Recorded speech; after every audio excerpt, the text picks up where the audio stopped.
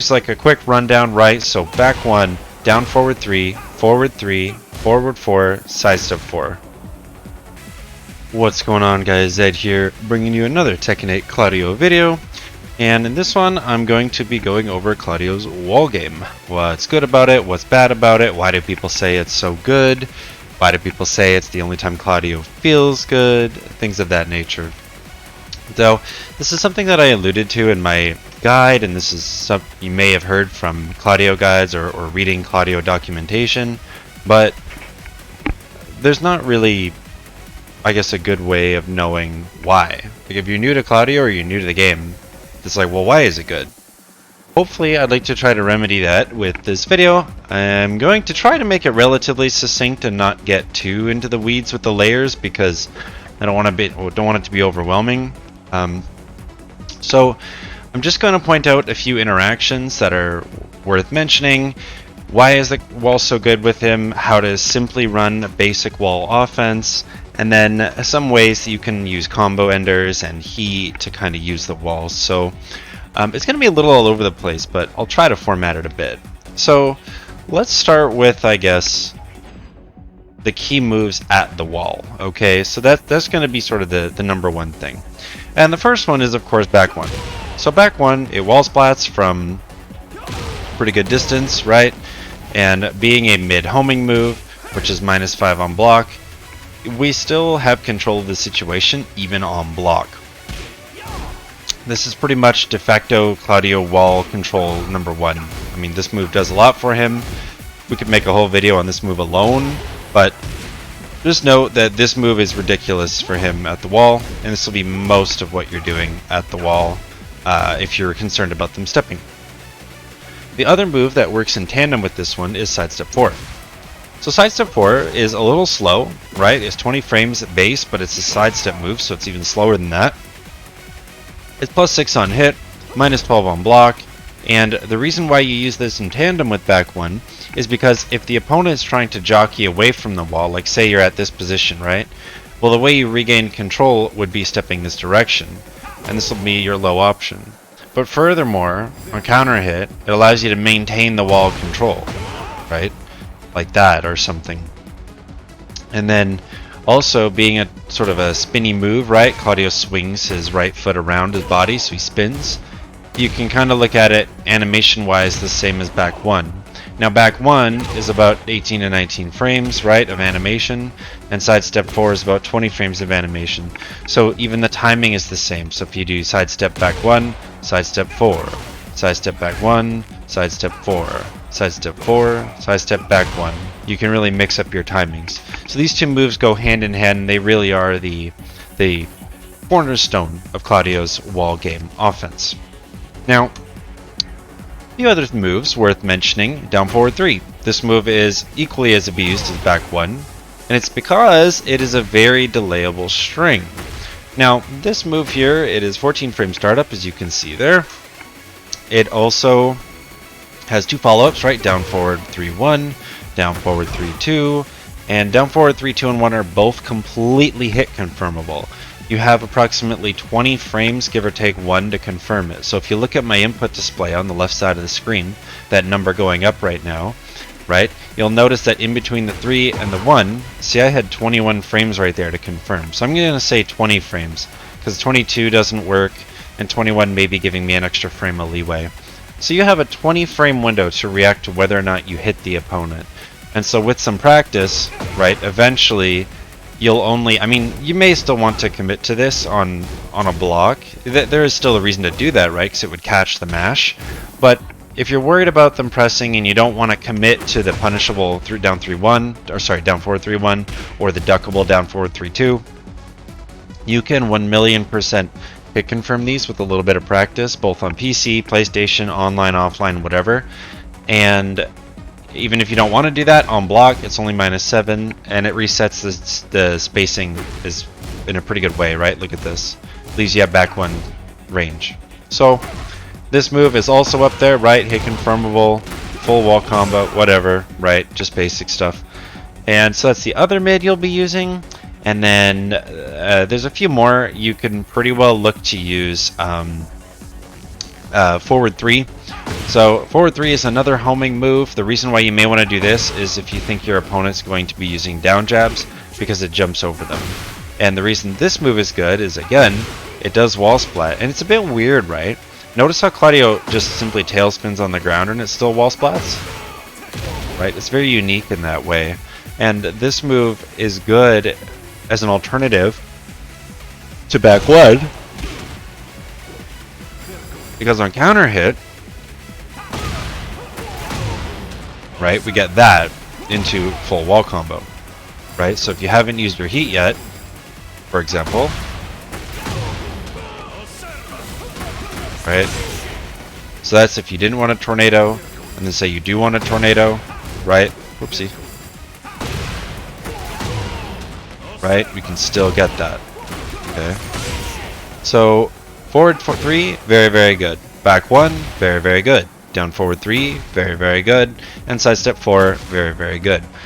Truthfully, these are the sort of key buttons. So that's what, 1, 2, 3, 4. Yeah.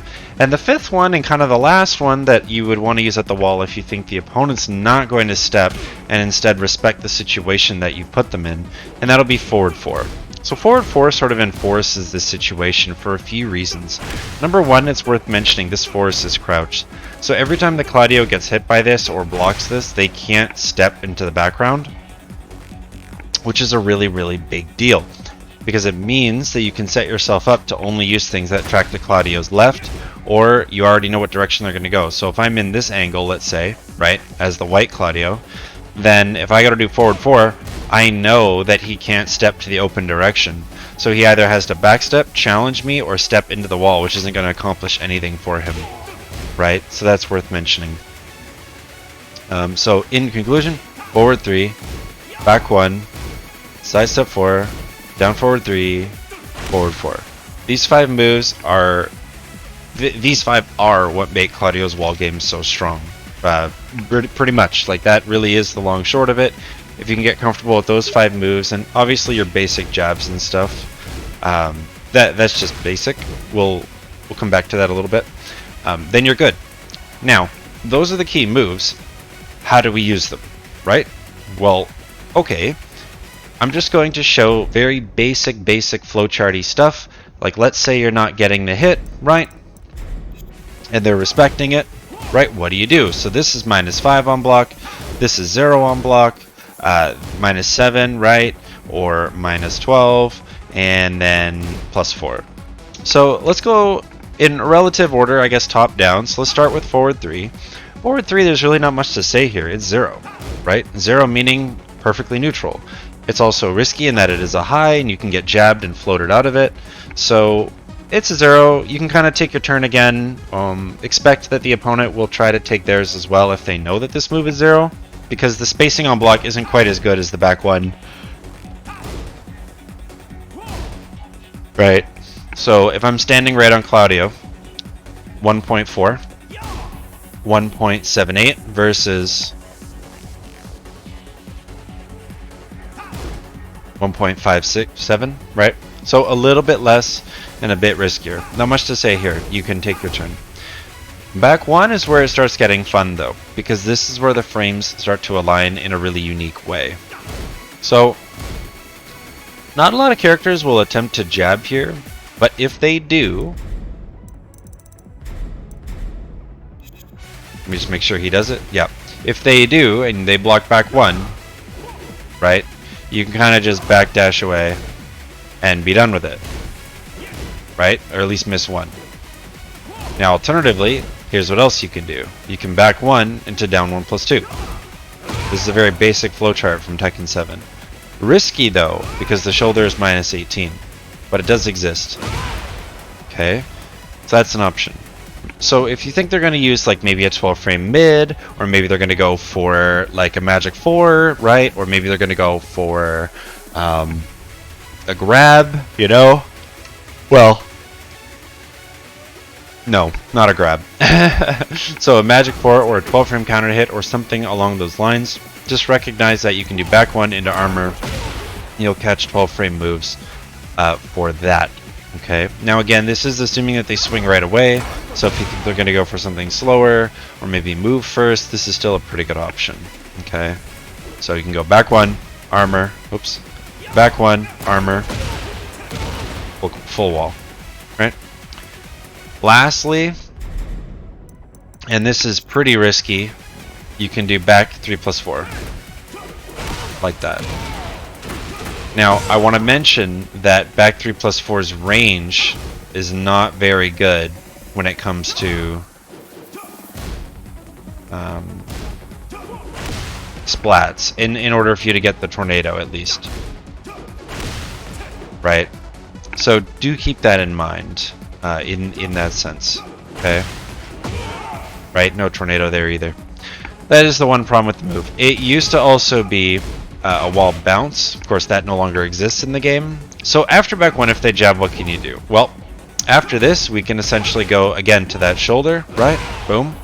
Or we can always just go for a dick jab of our own, right? Try to control the space. You can go for a down 4, control the space. Some characters you can hop kick, like right there, right? Claudio can hop kick if he tries to jab himself here. So this is something that you have to look at each character specifically. I haven't labbed the whole cast yet, so I couldn't really tell you, and I don't really go for this option at the wall, but if you want to, then just try it. See what jabs Claudio's hop kick beats. It could be worth looking into after a back 1 for you, if you're that kind of player. Another thing that works sometimes is up forward 2. I don't know why, and Claudio is not an example, but there are times where this move will jump or avoid the high jabs as well. Okay, so this into shoulder, pretty good. This into hop kick, pretty good. This into a tech duck of some sort, pretty good, right? Down forward 3, this move, again, no real introduction needed. It follows a lot of the same principles as back 1, truth be told, right? This is the one where you're pretty much looking for the punish, right? So if I think the opponent's just going to jab, I'm going to wait. Oops, I'm going to wait. Oh, wow, okay. There, and commit to the 1, right? Like so. And that's why I said sometimes it is still worth throwing on block. Of course, I'm getting hit there. The down forward 3-2 is what I would suggest if they're jabbing, simply for the fact that the 2 is faster, or faster than the 1, right? Because the 1 move, 17 frames with the 2, 15. Small difference, but a difference nonetheless, right? Side step 4 is a bit different. It's a low. If they block it, you're going to get punished. If you get hit, then you have plus frames. If side step 4 hits, you can do anything we're talking about, because you're back to +6, right? So you have full control of the situation. If you want an uninterruptible move, then you'd go for down forward 3. This becomes an 8-frame move, right? So +6, using a 14-frame move, leaves you at 8-frame attack. Okay, so this into down forward 3, pretty good. Okay. And lastly, yeah, is forward 4. So this move, because it forces crouch, this is another matchup dependent one, just like the back 1 hop kick. You're going to want to consider what the opponent has for crouching options or while standing options. This will vary from matchup to matchup. This will vary from player to player. But for the most part, after blocking this, you can take your turn again. I more err on the side of using this. Now, it does trade with dick jabs and jabs, unfortunately, so that is something you may want to consider.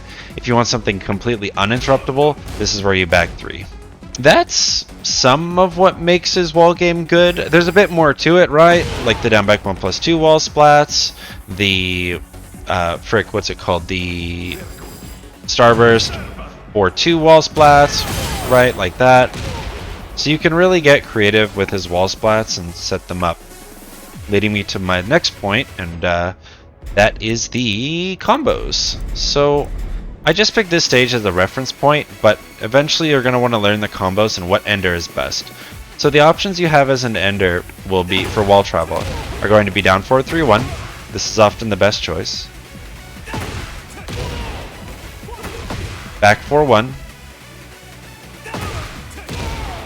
Up forward 3-4.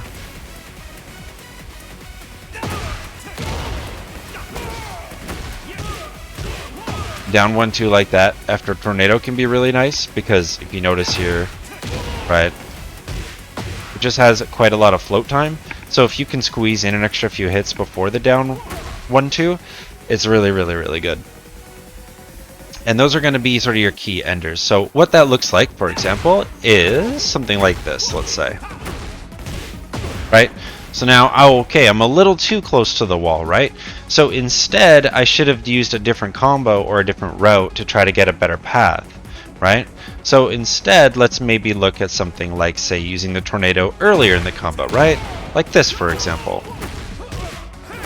Right? There we go. Now you get the splat. So this is just something you want to play around with, right? See what works for you. You may have a route that you like to do that really sets up that wall for you. I know me personally, I'm a fan of splatting into the wall with down forward 3-1. I think this one's probably the best one if the second hit connects. Obviously, if the second hit's not going to connect, it's not very good. So, for example, right? Right, just for example, it also can splat very deep, right? So if I did a combo like, say, this, as I drop the combo,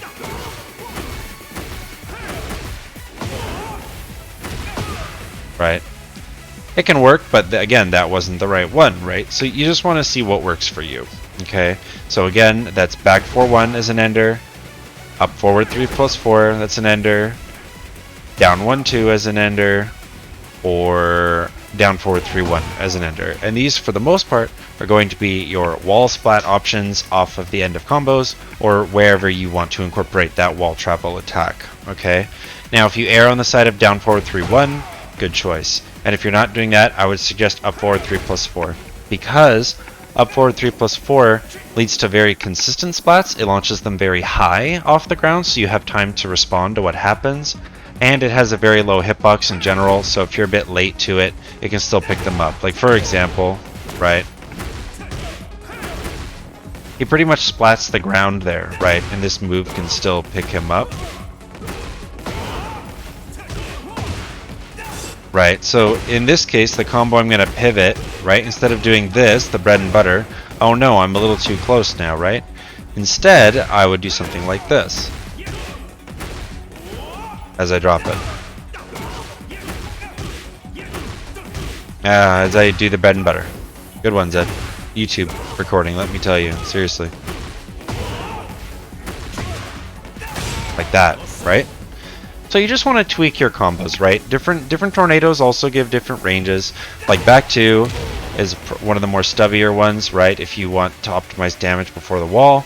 Down 1+2 is pretty good for travel, and then the down back 1+2 kind of sits somewhere in the middle. It's not too good, not too bad for range, but it's a really good tornado as well, because it also hits really low to the ground, which is pretty well the only reason why this combo works. Right, see that? Now, the other thing that makes Claudio very good at the wall, and the last thing that I'm going to talk about in this video, is going to be his heat. Now, keep in mind, just while I set this up, there is more to it, but I don't want to just go through every single possible scenario, because that doesn't benefit any of us, right? So, first up, with heat, let's talk about the down 1-2, this move here. So what's dumb about this move is that unless you have a parry, you pretty much have to hold this. +6. Okay. Now on hit,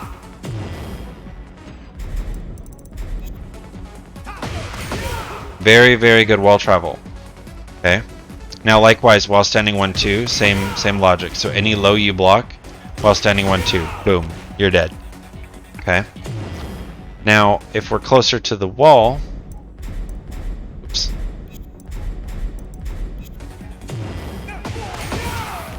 Right? Full combo. Okay, 83 damage off of a +6 mid. And that wasn't even optimal. You know? Let's see.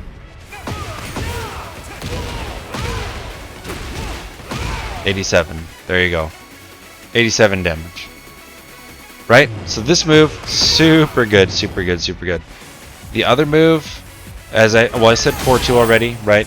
It is good, especially as a punish, like 88 damage. Down by 1+2, very good. Granted, it does eat the tornado if you're a bit too close, so you kind of want to do it from, say, this range, and have the opponent get hit by it. But then the last move is, of course, Heat Smash.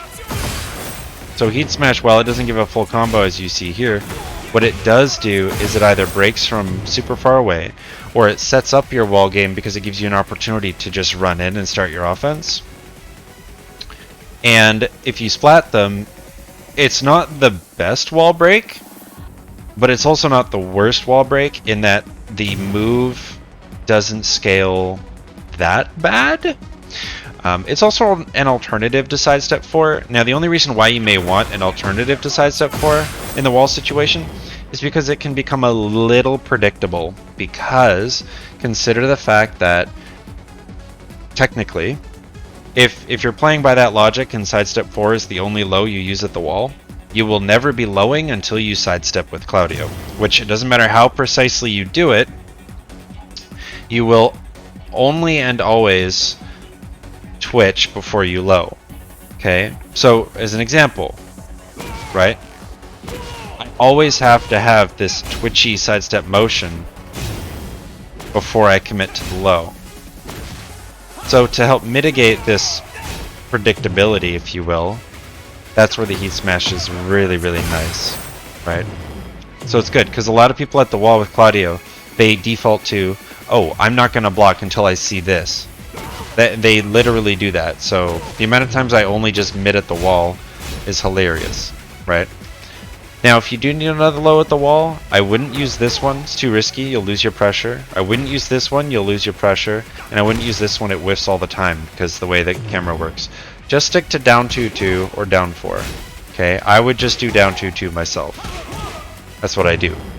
Okay, so again, that doesn't really go over everything, but it's like a quick rundown, right? So back 1, down forward 3, forward 3, forward 4, sidestep 4. And then do basic setups with back 1 into shoulder, back 1 into, knee, or back 1 into dick jab, or, forward 4 on block into down forward 3 is 10 frame, forward 4 into back 3 is a 9 frame move, right? Just basic stuff like this, and always be jockeying for position left and right. Always be stepping when the opponent's respecting you, because then you're always going to have the sidestep 4 in the back 1.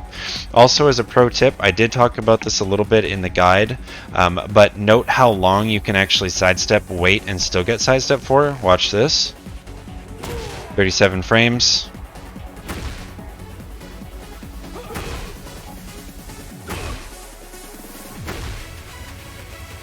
.38 frames, 40 frames. You pretty much have 40 frames to use this low, and all you have to do is tap up or down, wait for 30 to 40 frames, and you still get sidestep low via sidestep 4. It's very, very delayable. It's very, very good. So you can mask it, right? Or cover it with a mid if you start to get into their head with your sidestep 4 timing, right? Because you can't fuzzy this. It's an unreactable low.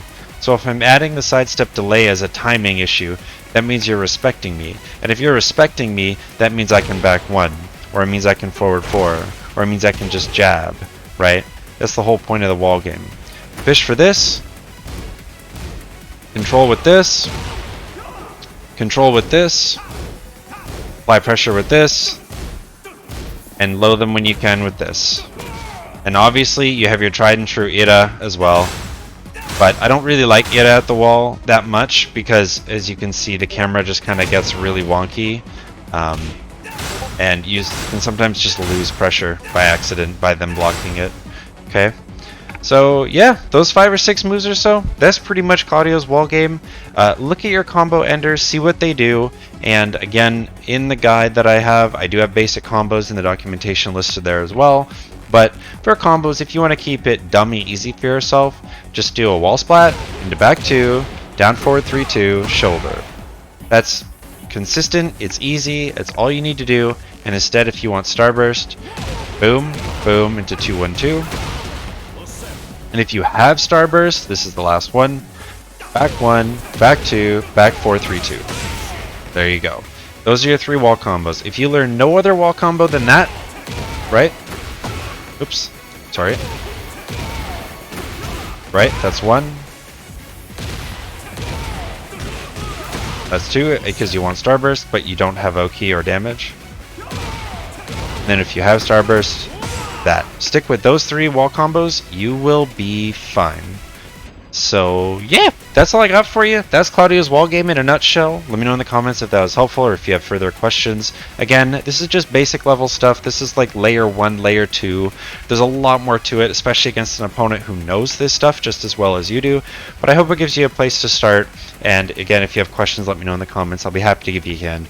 I hope you enjoyed, and I'll catch you in the next one. Peace for now.